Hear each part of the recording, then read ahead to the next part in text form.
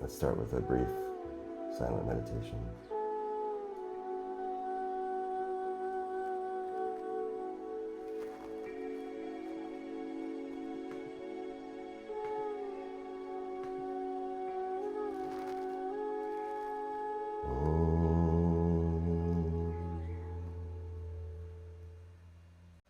Om Karam Bindu Samyutam Nityam Yayanti Yoginaha Kamadam Mokshadam Chaiva Om Karaya Namo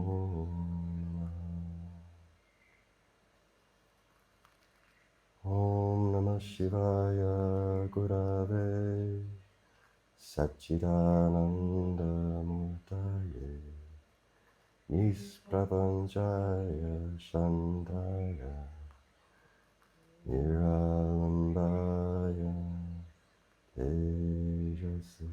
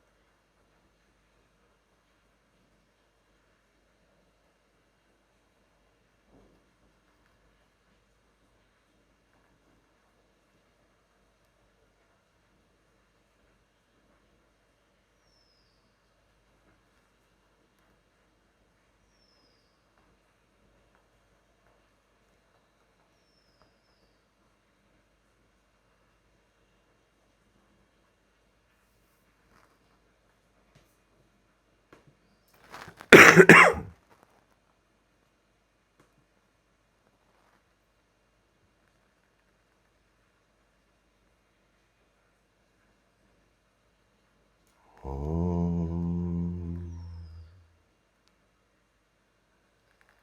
Guru Brahma Guru Vishnu Guru Devo Maheshwara Guru Sakshat Param Brahma Tasmai Shri Gurave Namah.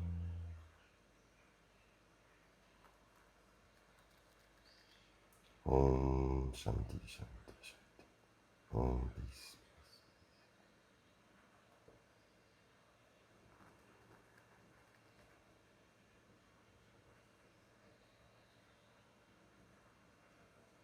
Also, now you can join me in your hearts. We'll do 3 triambakams for Kiran's grandfather, Mahendra, who just left the body recently.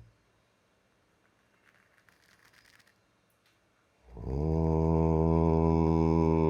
Triambakam Yajamahe Sugandhim Pushtivardhanam Urvarukhamima Vandanam Mrityor Mukshya Mamritat. Om Triambakam Yajamahe Sugandhim Pushtivardhanam Urvarukhamima Vandanam Mrityor Mukshya Mamritat.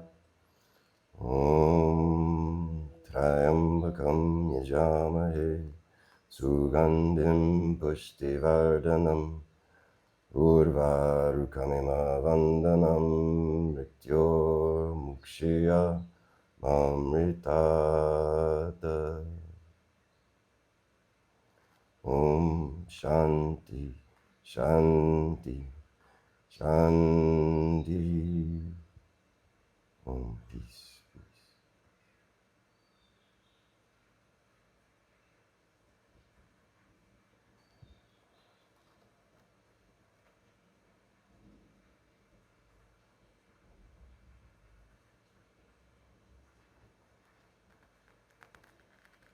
Jai Jai Mahendra Ki Jai. Jai is victory. Jai is victory. And this Mahamrityunjaya mantra, this triumphacum, is freedom for release from the cycle of birth and death and samsara.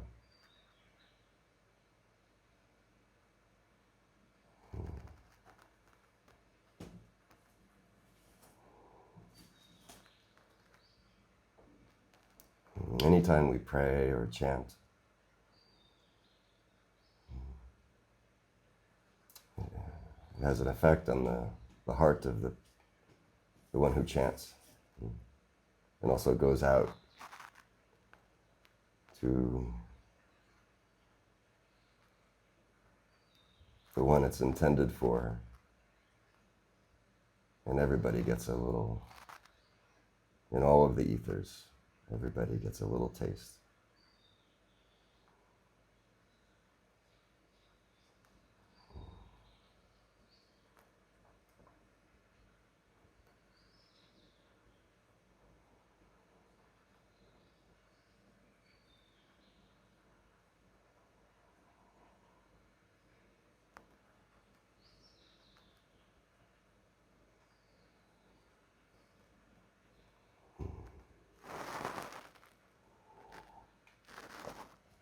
The yogis say that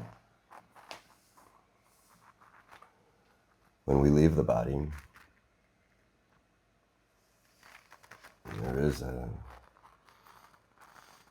time of expansion, of ascent.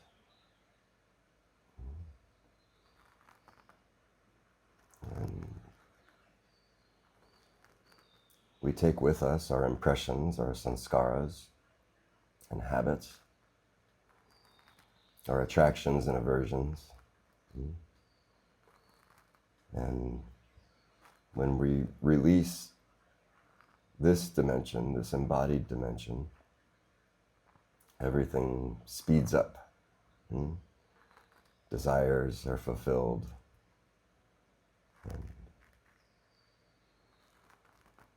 And they say that to take a human birth is a great boon, an incredible and rare gift, and that to come to a spiritual life and a human birth is the greatest use of this gift, and to use it to become free. That this is the great opportunity of human birth, is to use it advantageously for freedom. Everything here in this embodied realm is, let's say, slow and more obvious and more painful. It helps us become aware of the predicament. In short, raga dvesha, attractions and aversions. And that whatever gains we can make for our own sovereignty, our own agency, autonomy over habit, victory over habit, over karma.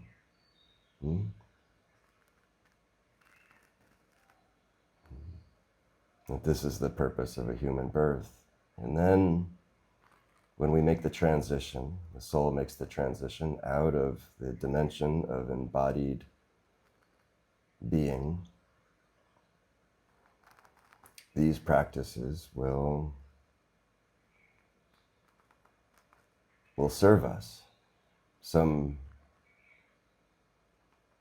memory of discernment. It's said that when we leave the body, we ascend, we expand and ascend through different realms, dimensions, octaves of consciousness. And each octave, each realm, each loka, each heaven has its own attributes.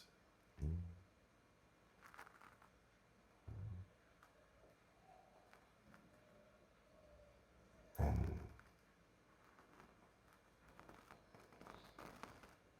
having, in navigating through these realms to one's deepest desire, the want of all wants, I like to say, the desire of all desires. Some would call this to serve at the feet of Krishna, Radha Krishna, in the Leela. Some would say Brahma Loka.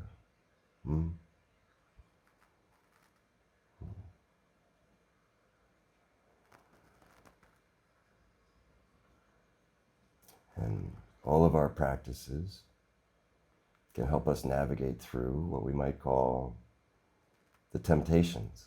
And without the body to slow everything down, everything becomes so quick. How quick is it in a dream? If anybody's ever had the experience of what they call lucid dreaming, you can see how quickly things can change. So the body is a great benefit. We feel it more. It slows us down. We see and feel the consequences of cause and effect, of karma. And it's a great learning ground. I don't know any Indian sage that didn't love the pun that the universe is a university, that all of it is for learning. And so,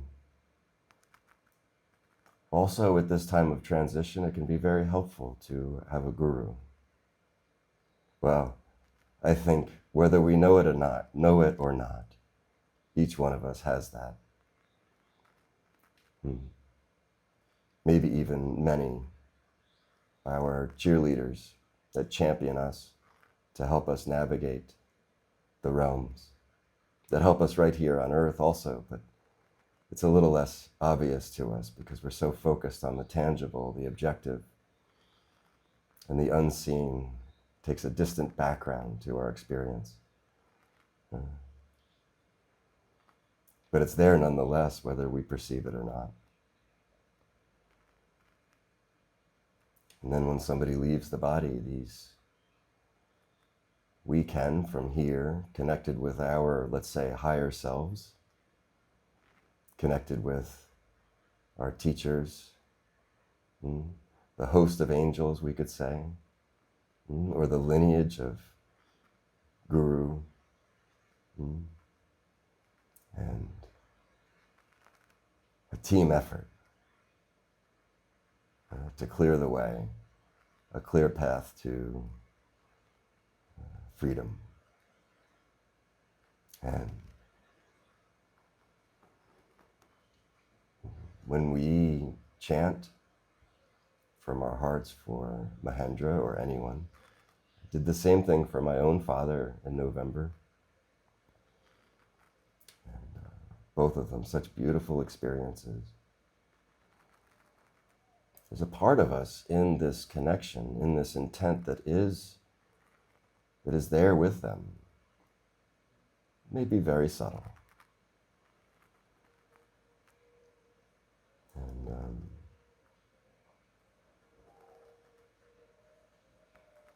it's a beautiful thing to be totally committed to the spiritual liberation of another.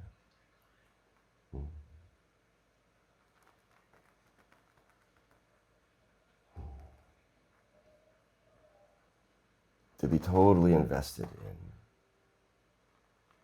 in, let this one be free.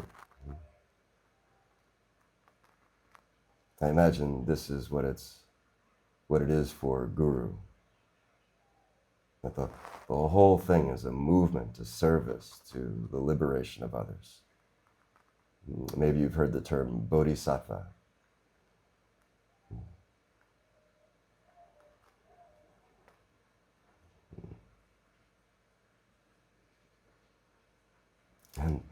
and also that each one of us is that already, know it or not.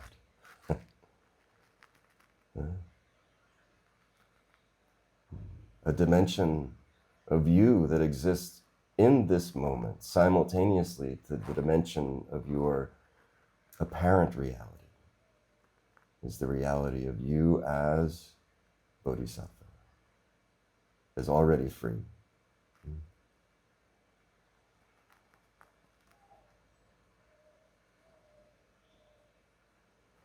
That you've already transcended suffering. That you've already had victory over karma, over habit.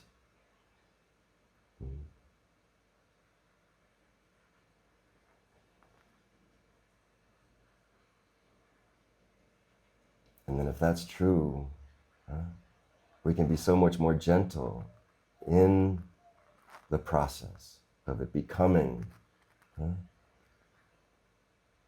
of it unfolding experientially for us.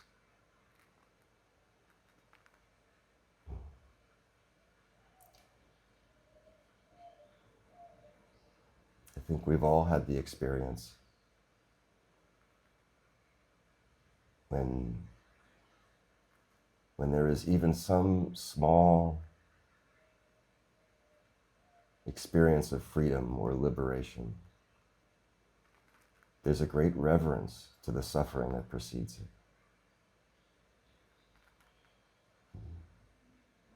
And the contrast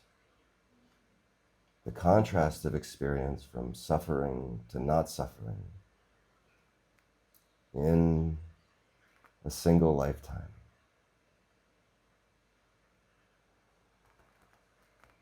Somehow, having experienced that directly, now having experienced this directly, the contrast is some exalted state of humility and gratitude.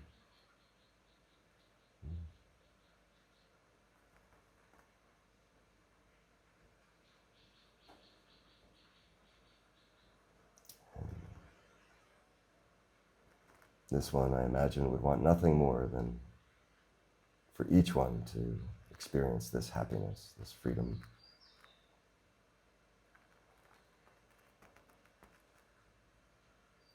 I told Kieran yesterday that it felt like a real honor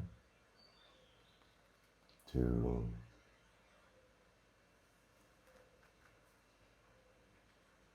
chant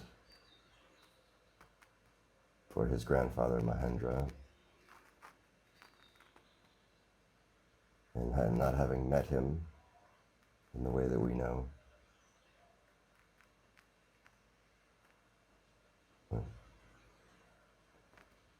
And it's like this.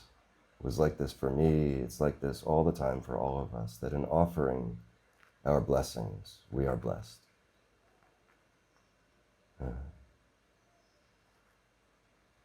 Sometimes we won't know it going in, but the blessing we receive so far greater than the blessing we have offered. It feels like this.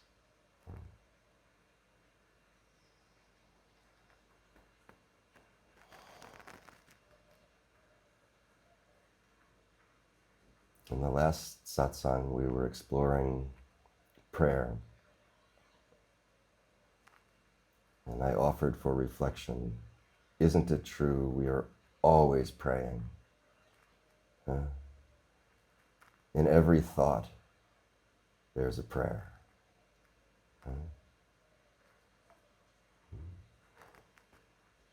And in every not thought is an even more potent prayer.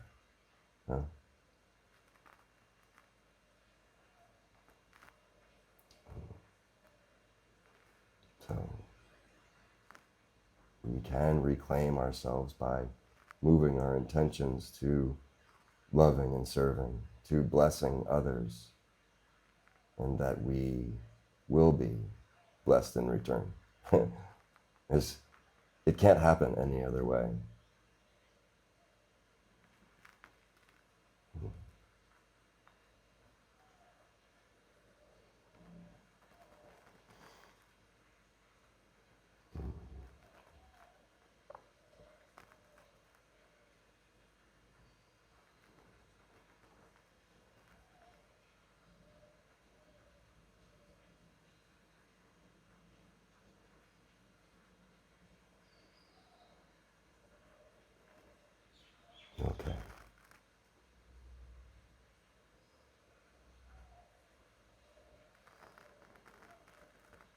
So, who has something? We'd like to bring something to our sangha.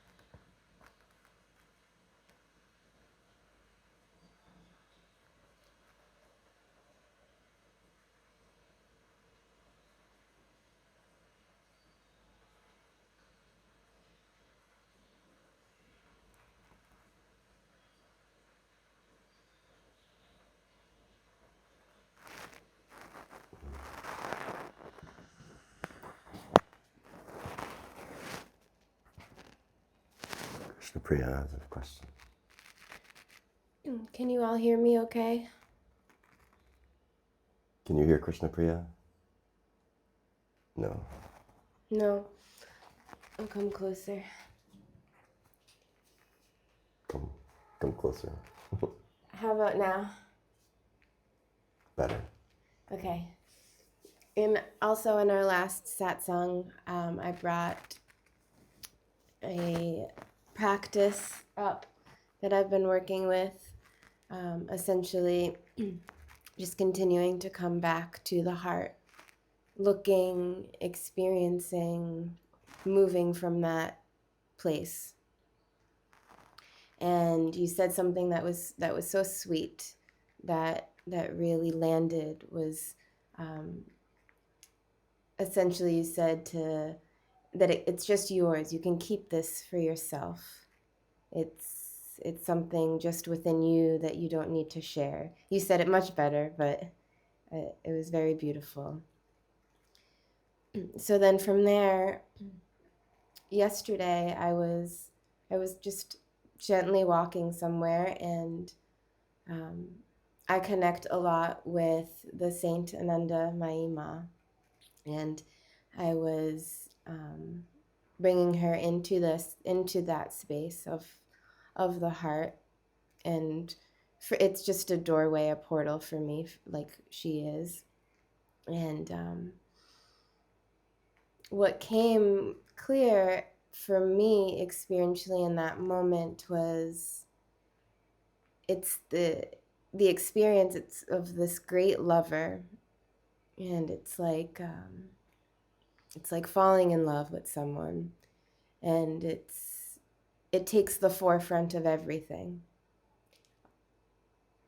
You're just always in this space of love for this person ahead of everything else, and you're just always smiling inside because you're thinking of this person, you're feeling love for this person.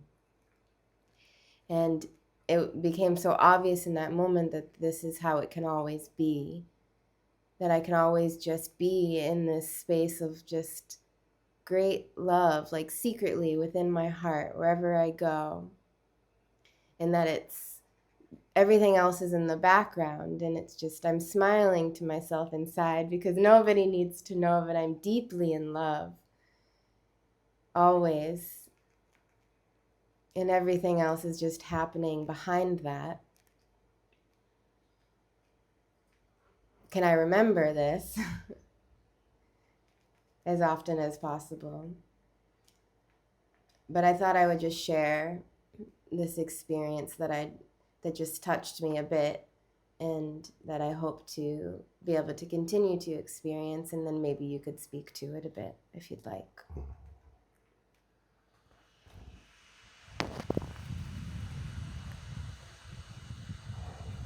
Thank you. It's beautiful. It's true what you say.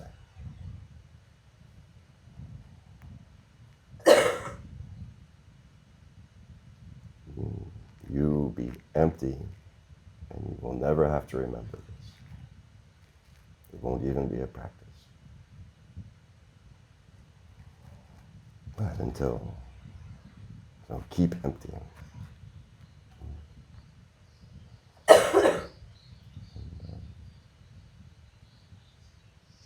You know what came? There's a song, and I can't remember the song or the tune, but it says, when you're smiling, the whole world smiles with you. Who knows the song?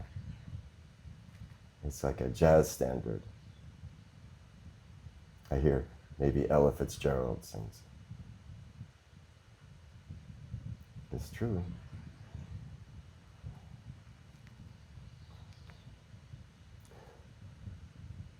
Remember that crush? The first big one, you know? Can't eat, can't sleep.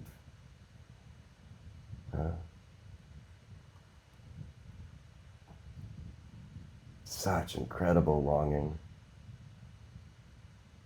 Everything else that seemed so important before falls away. And so much frustration, so much trying so hard to capture the attention of your crush. You'll do anything, right? And then maybe you held hands. There was some reciprocation. The world doesn't exist, huh? The whole world falls away.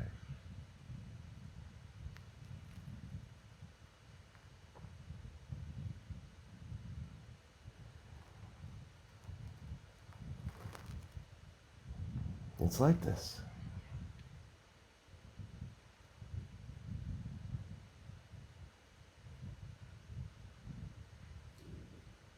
And you just be empty.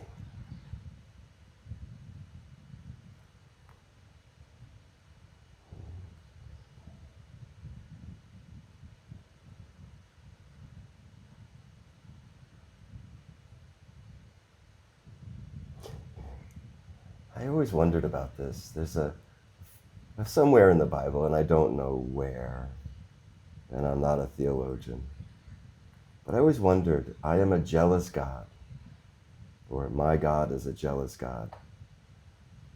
I always took that to mean something ominous. Now I take it differently, which is that when you say, Lord, I want that you have all of me, this God says, Krishna Priya, I want that I have all of you. I want that you have all of me. Huh? A total consumption, mutual, total consummation, mutual. We give ourselves completely to that, and that gives itself completely to us. Completely. What remains?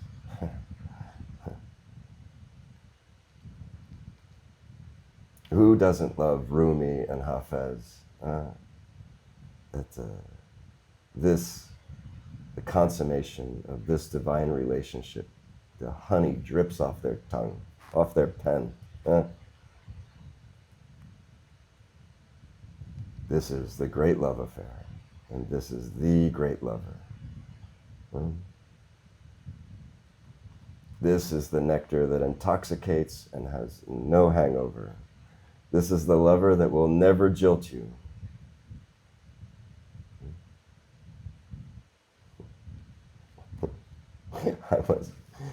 I've been feeling a little under the weather the last couple of days, and yesterday I watched a movie, and there's a romance, of course, and in the beginning, the way she looks at him with such adoration.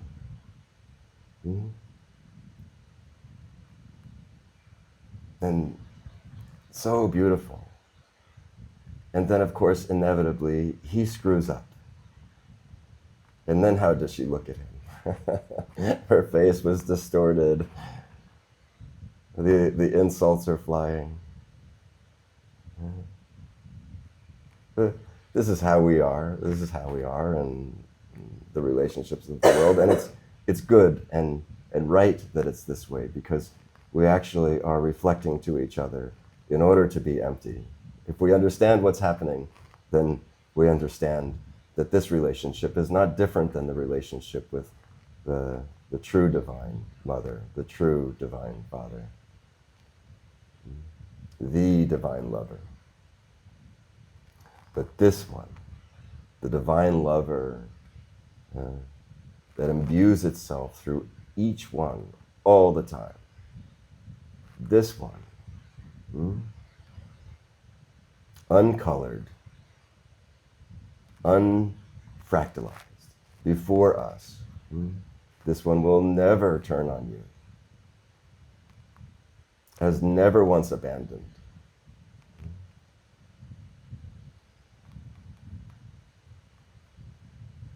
This is the great lover.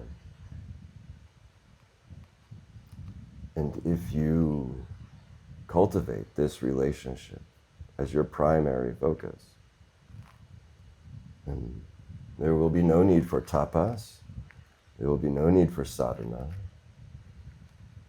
Nothing, you see, because nothing compares to this. None of the worldly delights can compare to this. None of the worldly desires, none of the trouble is tempting. Imagine you're in a sweet moment with your lover and the phone rings. Do you answer? No. No. It's like this. It's just not interesting.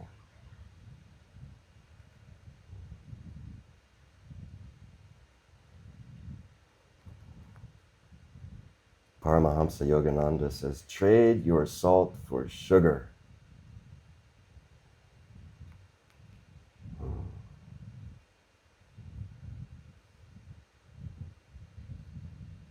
So how to cultivate this relationship?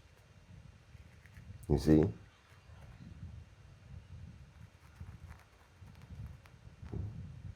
In this, you know it because it's happening in you. It's in you. You can feel it in you, yes? And you feel that you are in it, in its embrace, swaddled almost. There's a refuge inside, refuge outside. Sharanam, Guru. In Guru Gita, says, you hold Sadguru in your heart like a wife holds her husband there.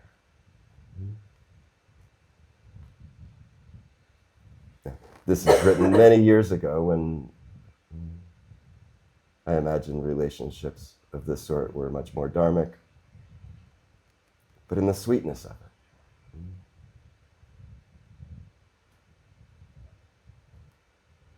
Where the husband is always thinking of the wife first, and the wife is always thinking of the husband first. And there's a mutual celebration, a mutual upliftment.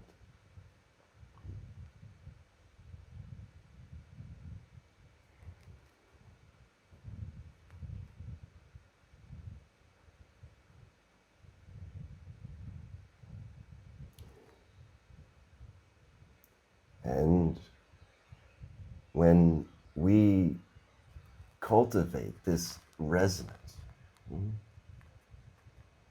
of this in and out, ma is in and out. And you'll begin to see in everything, nothing else is happening. Nothing else was ever happening. It's all Ma. Has never been any different.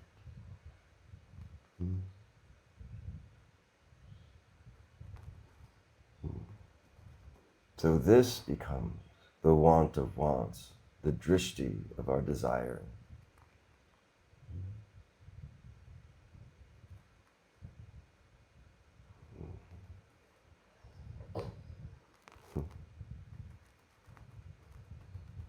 And when you find this for yourself, this is very important. When you know, beyond doubt, you know this is what you want, then now you must act as if it's already true, because it is. And when I say act as if it's true, means your tongue should never betray it. Your tongue should only affirm. What you speak should only be in affirmation of this, the culmination of the want of wants.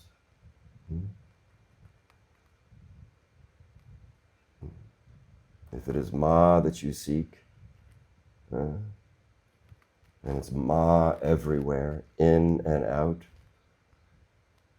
then you should never speak against anything. Because to do so would be to speak against Ma, you see?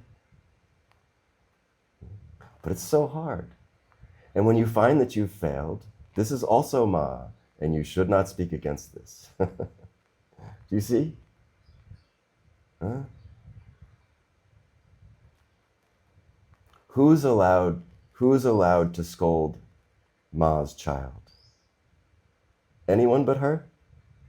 No. No one but Ma can scold the child of Ma. Huh? Isn't it? So, if you're that child, then who are you to scold yourself?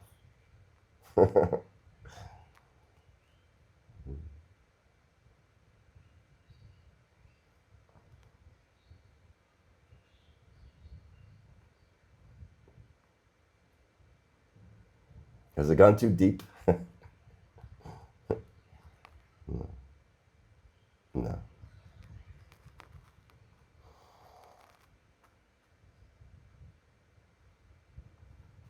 You also, you know what happens when somebody falls in love? They become a total fool, don't they?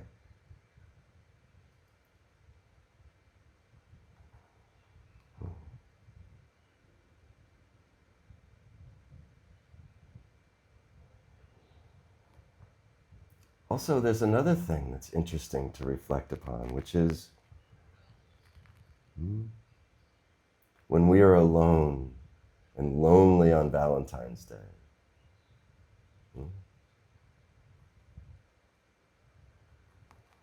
What is it like to see two lovers holding hands on a park bench?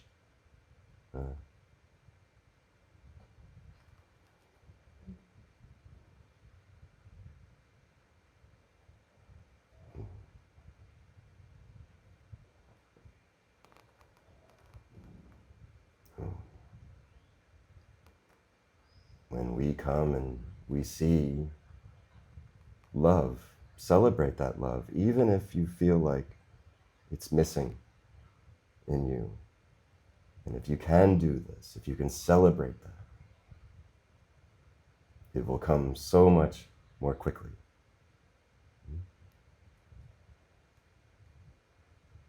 It says as much. Patanjali says as much in his Yoga Sutras.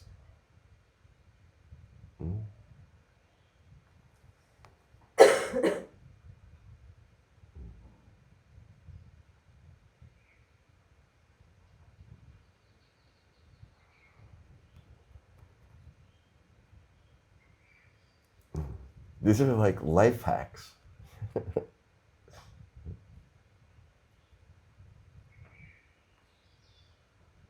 Maybe we could say it this way, that Scripture The instruction and poetry of the sages, they're life hacks. They're not to shame us, but just to instruct. It's like this. If you really, really want to be happy, who would listen?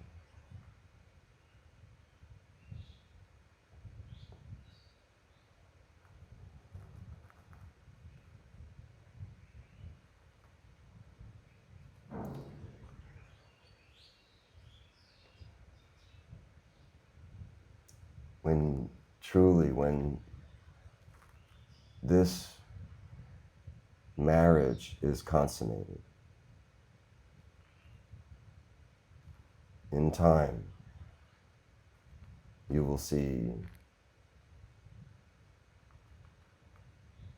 there is nothing but Guru. There's nothing but God.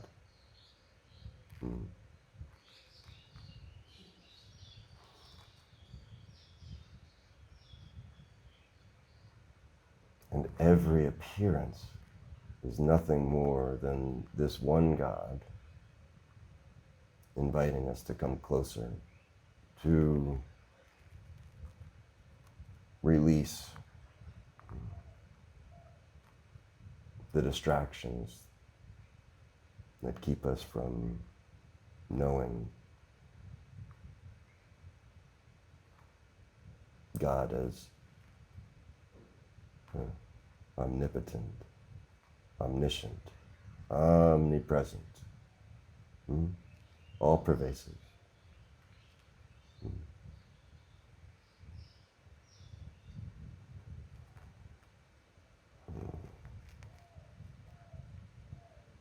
Who can cultivate this relationship with a real persistent sincerity? You see, we have to mean it.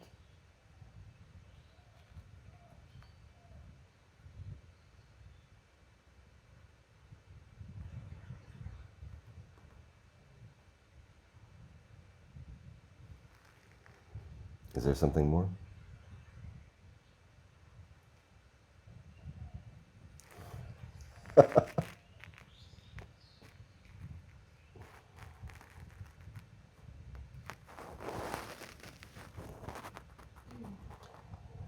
Krishna Priya has this thing with Ananda Mayima, and I think sometimes she doesn't even always know.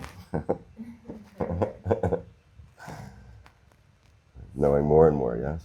Yes. I guess just a little thing. I was just realizing that all the years of being a hopeless romantic and so lost in relationships and lovers and just starting to see more clearly that it was all purpose filled and in some type of preparation just pointed at the wrong thing. Yeah. It was on the objects, but it's still showing me what the great love that is always present, ever present within, just pointed outwards. It's all. It becomes a bit silly once you begin to see it, but sweet also, cute. That's all. And through your effort, your persistence, maintaining this as drishti, discipline, not messing about, then this will become your abiding truth, honest.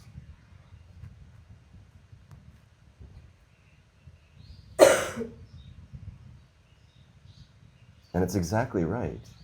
This is what we mean when we explore light and dark, sun and planet, light and reflected light. The whole story is in our own solar system. How the light shines from the sun, shines equally on all the planets, even the satellites.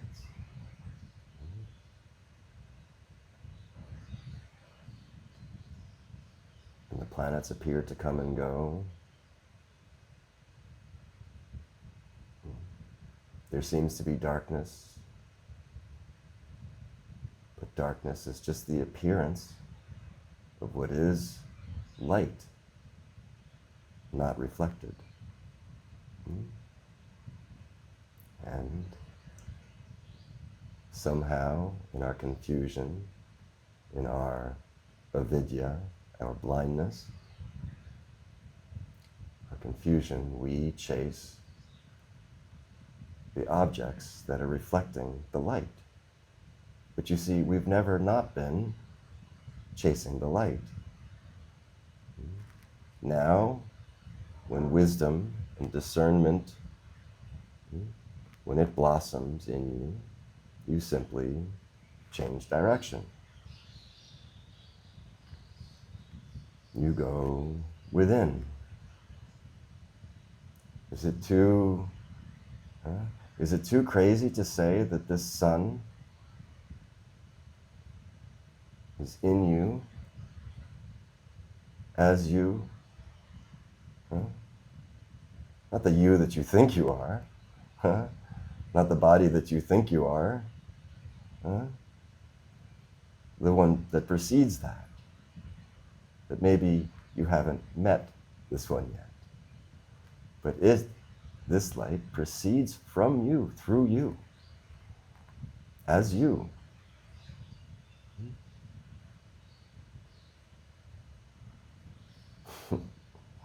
You also shine, effulgent.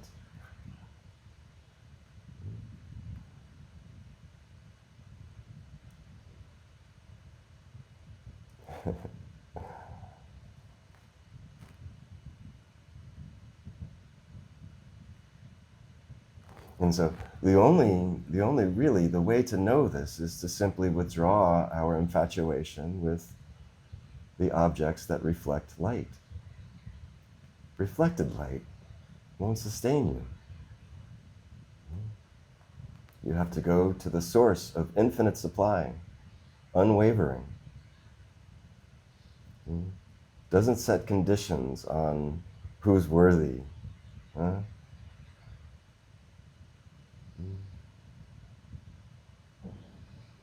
It shines equally on all.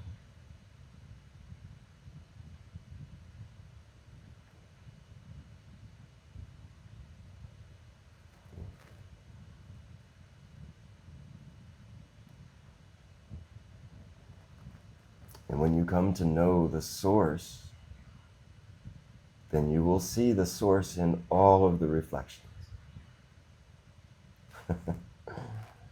The darndest thing.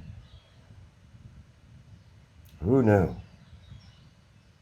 Come to know this. It's simple, it's so simple.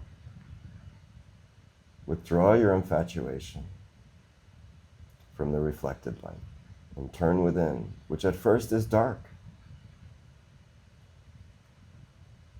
You must look in the dark for the light. Go figure. I've told this before. When I was living at Satchidananda Ashram Yogaville, every morning, very early, I would go to meditate at Amma's Shanti Kutir, she called her cottage. And it stood on a high bluff overlooking the Lotus Shrine and Lotus Lake. So beautiful. I would arrive in the dark, and eventually she would come down and we would sit and meditate together. Day after day, so many months and years. And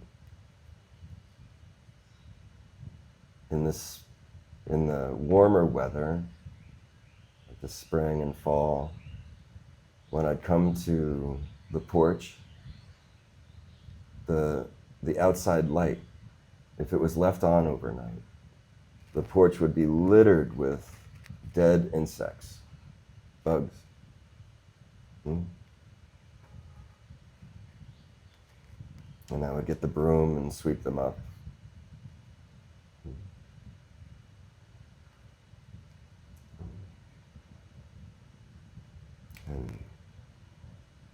And one can wonder, why is a moth attracted to flame?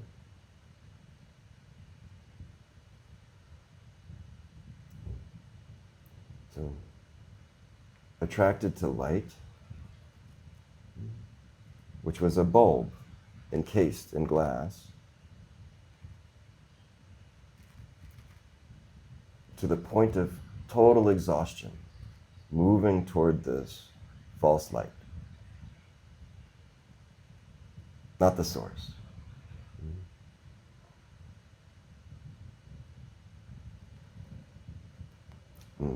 Probably a better metaphor for how it actually is, that if the moth is chasing the light reflected in a mirror,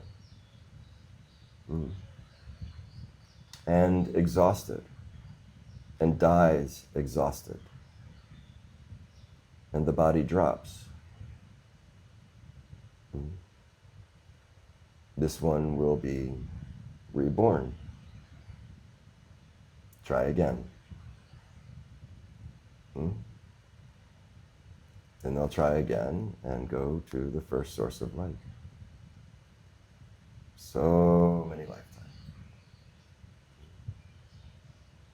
But still, there's something innate, something in the very DNA, in the finest constituent parts of this sense of I, is drawn to light. But what happens to the moth that meets the flame? What happens to the being that meets the guru?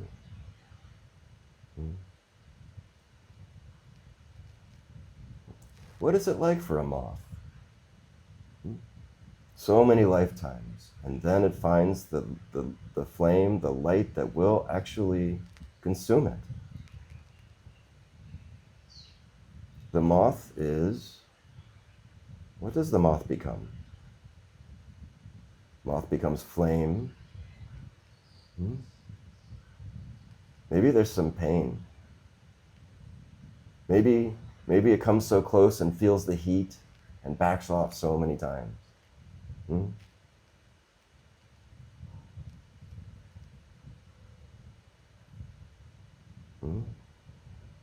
The flame doesn't chase the moth. And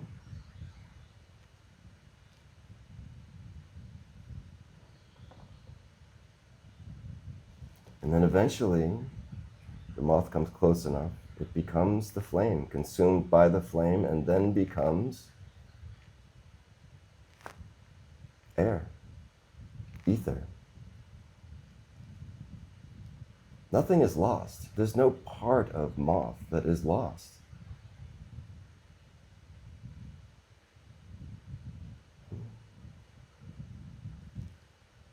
Molecules simply reorganize.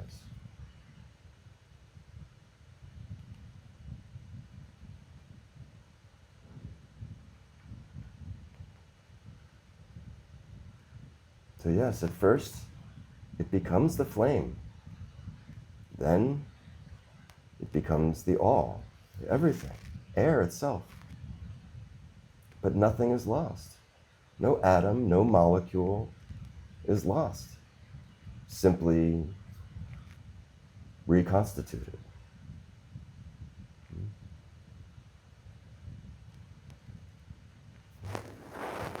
It reminds me also of the phoenix, also consumed in flame and born out of the ashes, like this.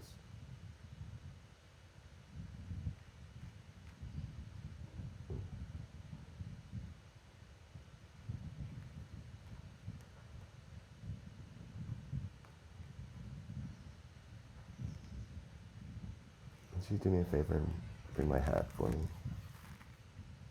It's really cold. Okay.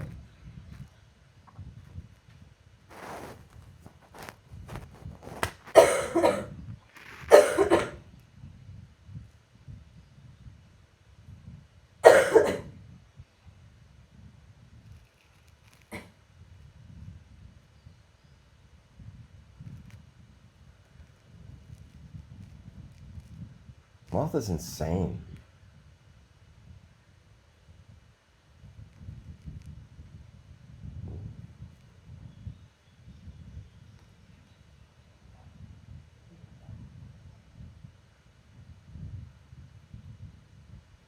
Andrew, would you mind speaking? I can't quite see the comment.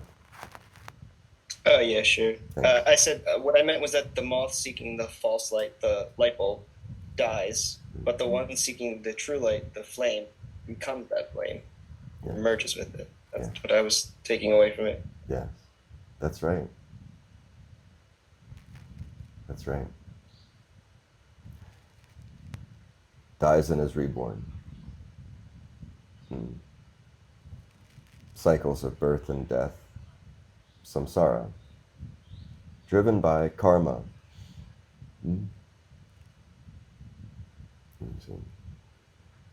Our reflected lights are so much more complex.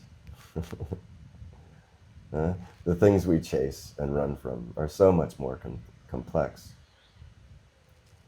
This mirror that is God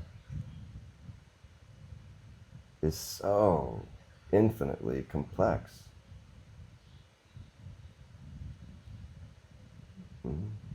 It makes everything look upside down, inside out, and backwards. It's animated.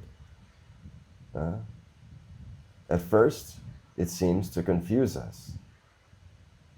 This is called Maya and samsara. Then to dance with us, this is called Lila,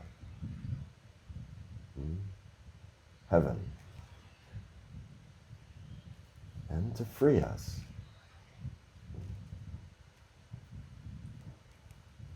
that once it really dins in you, that this that you call world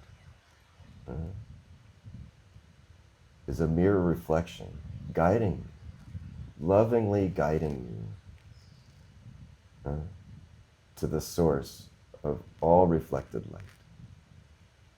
And you simply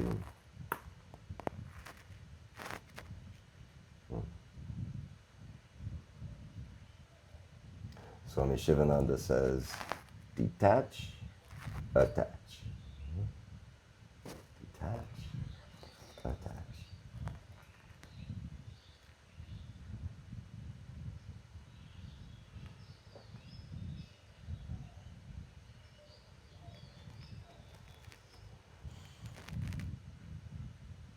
And it's not easy.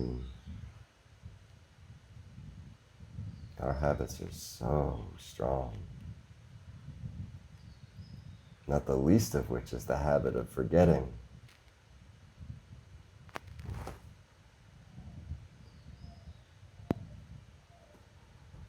I was saying in our last satsang, maybe two satsangs ago, any strategy that you develop for yourself, called sadhana, called practice,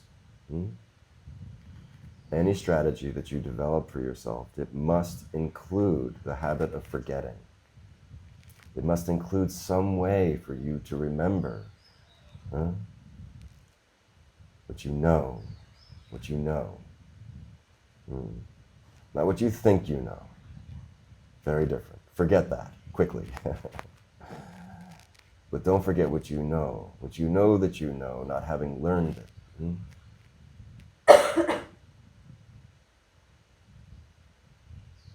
There must be in your practice some way to remember.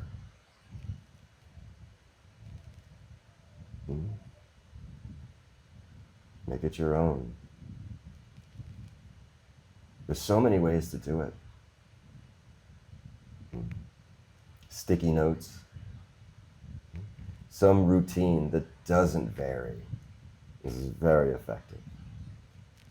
A routine, an anchor to your day that that isn't subject to how you feel that morning, that you do no matter how you feel. This is important. Or one practice we call thresholds. That every time you move through a door, a car door, an office door, a grocery store, wherever, any doorway, this is called threshold. And as you pass over a threshold, come back to now. Come back to the now. And then these practices of remembering can become routine, ritual. Such trouble. Because now you're very good at routine and ritual, but really the fruit won't grow. So how to cultivate sincerity, earnestness?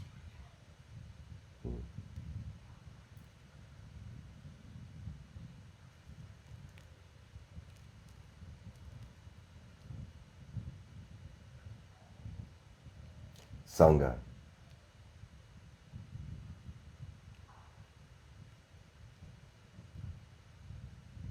Sangha is a great way to remember. Satsang is a great way to remember. And you simply need to ask, why do I come?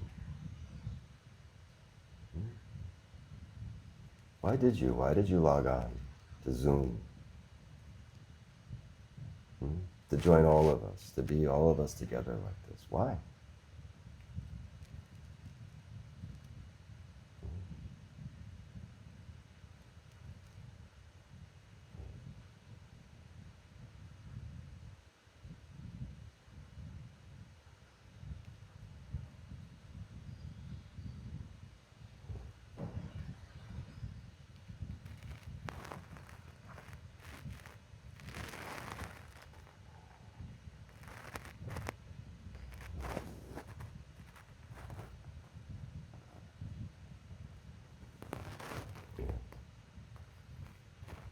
There's something that pulls us, isn't it? Calling of oneness, Prabhupada says. It's true.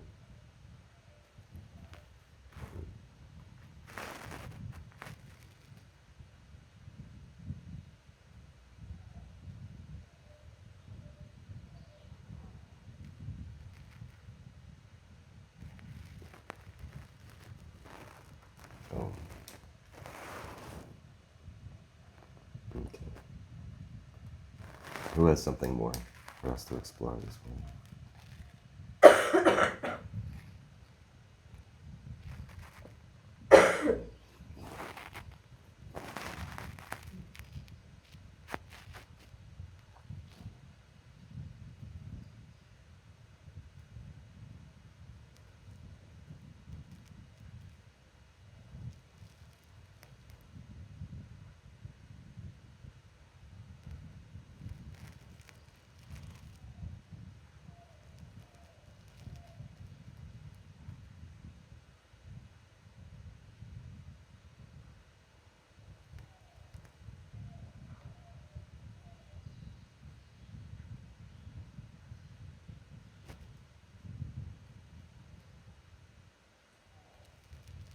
Sure.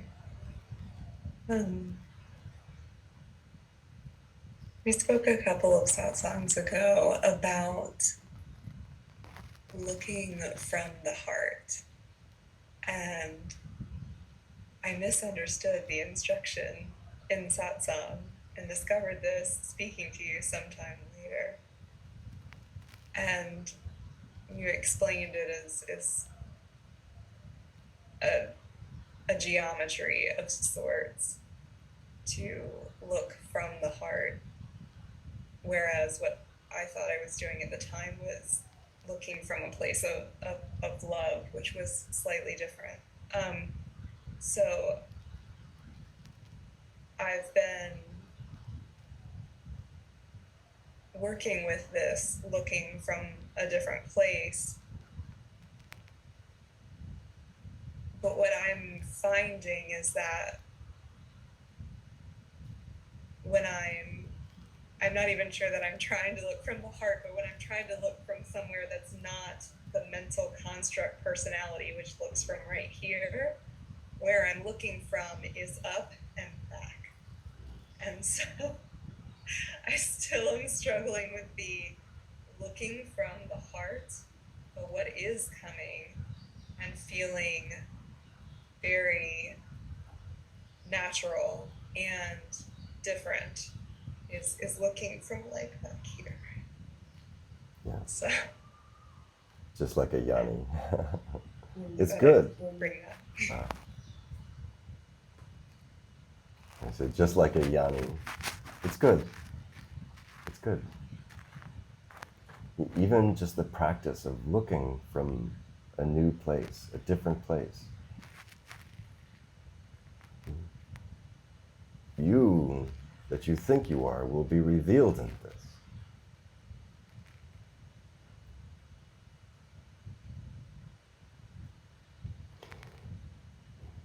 If you identify as your thoughts, your patterns of thoughts, this is called ego. Personality. It's a collection of thought memories, woven together, seemingly, in a matrix of thought. Your matrix. Not imposed on you by any other than you yourself.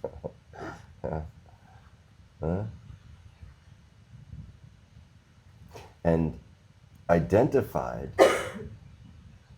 as that, in that, lost.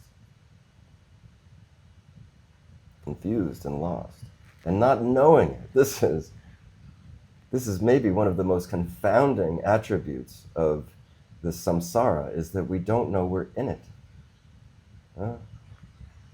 We don't know we're in it because we don't know contrast of not in it. Means, what is water to a fish? Wouldn't understand the question.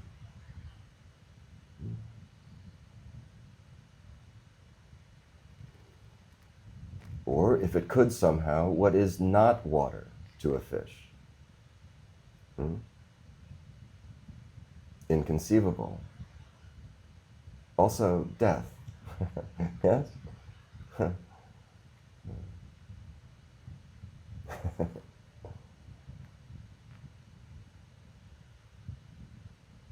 So when you endeavor to look from a different place and you get little glimpses, you will see the you that you think you are. In this seeing, you will know that you have never once been that.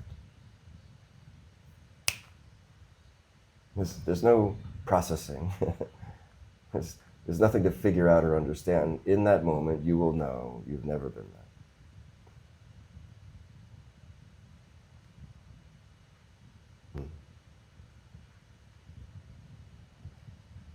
How could you be nothing more than a collection of thoughts? It's not possible. But this is how it appears, isn't it? Look from your left pinky toe. It doesn't really matter. And this isn't so coy, you know?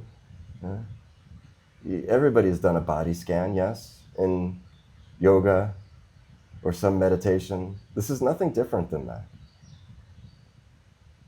You can bring your full attention into your left knee, and you feel the sensation, the vibration in it, yes? You bring it to the tip of your nose. Bring it to the tip of your nose. See what you see.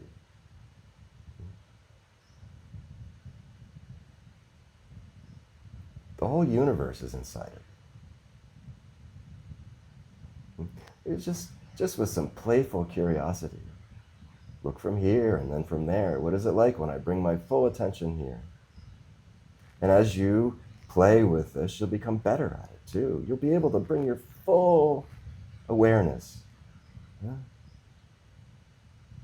into your left earlobe.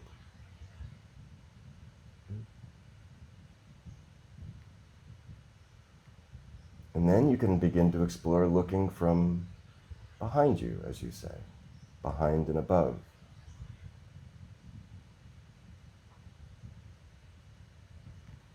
And then, there's this sense when you are looking from behind and above, you're actually now looking through you that you thought you were.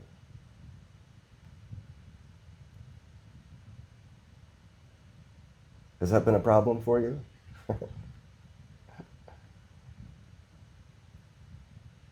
I think the inclination, and it's when trying to look through the heart, the mental geometry of it feels like I'm still trying to look through the eyes of the body mind.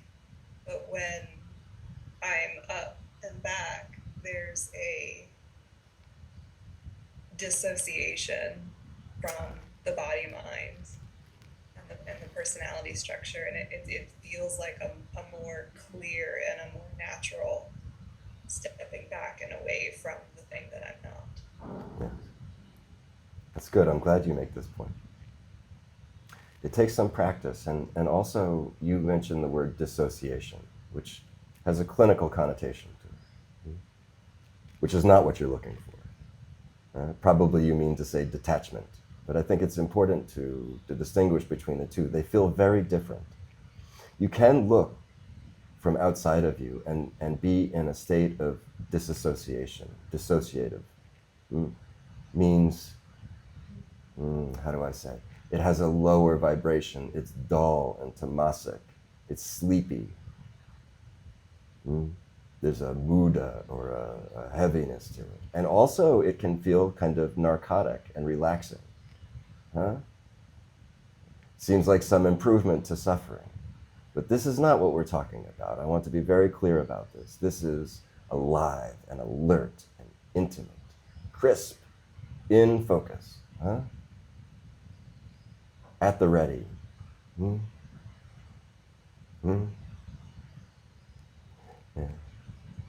For some time, this dissociative posture is very helpful in order to keep the psyche intact. So there's nothing wrong with it.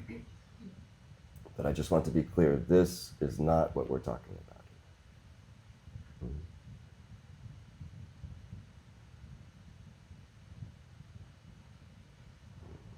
What we're talking about here is when all of that trauma has been resolved, released, forgiven.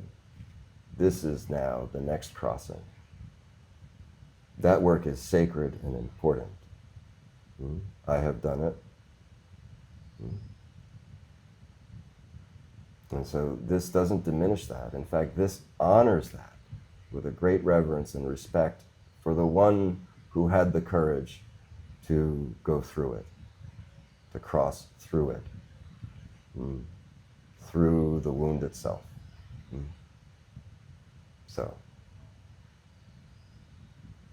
So now, you can, having achieved some aptitude for looking from above and behind, you can begin to play. Play with looking from the heart. Play with looking from behind the heart. Make it playful. This is the fast way. Dance with it, sing with it, laugh with it. This is the fast way.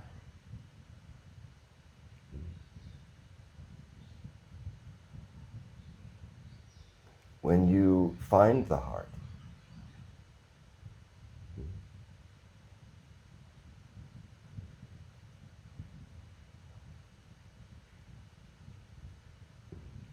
there's a sense you could say, I am that, move from that, through that, and return also to that.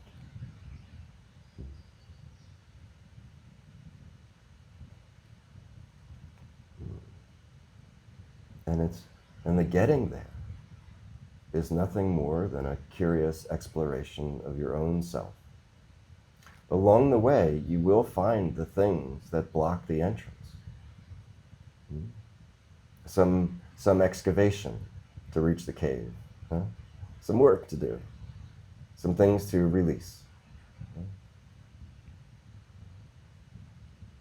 Hard work, often frustrating.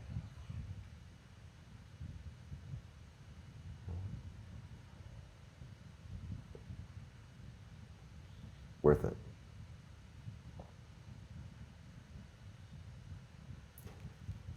When approached with a curiosity, Jnana, you don't have any presupposition of what it's going to look like or feel like. You go in without hypothesis, without expectation. I just want to know. I'm just curious. And so this one, without hypothesis, coming to see from a particular place, let's say, would not be disappointed or have any sort of sense of, I didn't do it right. Right? So this is what I mean when I say you're not trying to look from a place of love. If that happens, that happens. If it doesn't, it doesn't.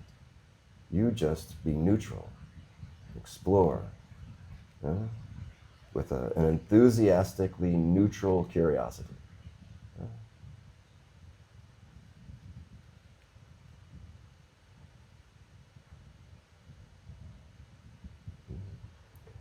Swami Satchidananda did a lecture on Andam Pindam. In Tamil means microcosm, macrocosm.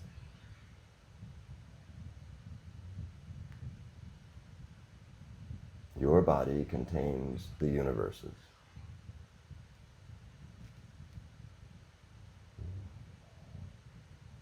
And the universe contains your body.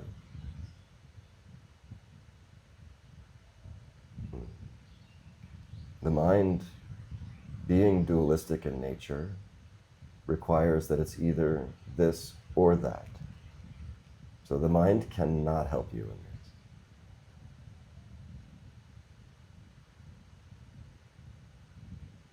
It is neither this nor that. It is neither this or that.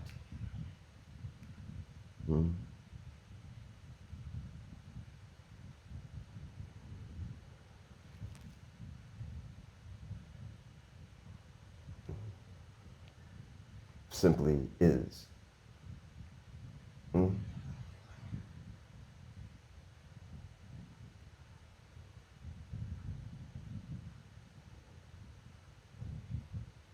Andam Pindam.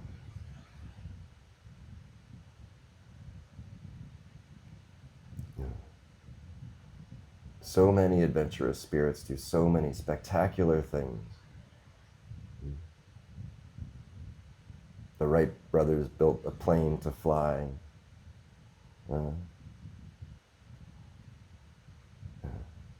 People train for years to do the ascent of Mount Everest.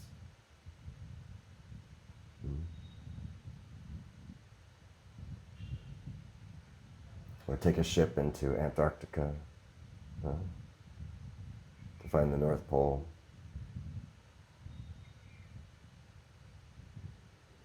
So many things.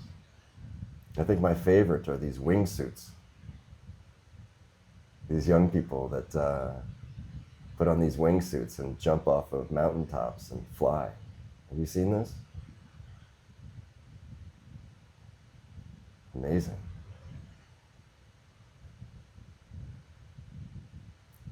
have to be a little crazy, don't you think? It's the same. This inner exploration is even more adventurous than that.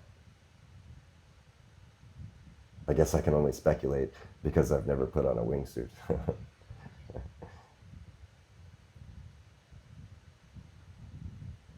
But this is the greatest adventure. Is the exploration of the inner space.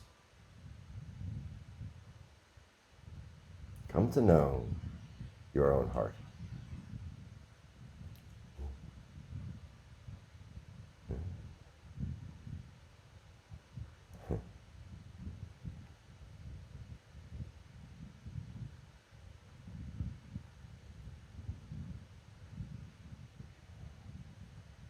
All you have to do is look.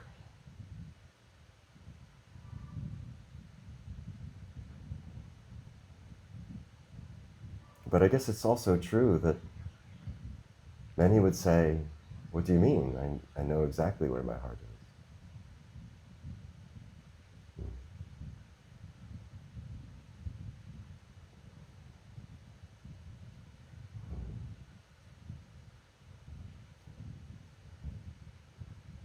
All you have to do is seek.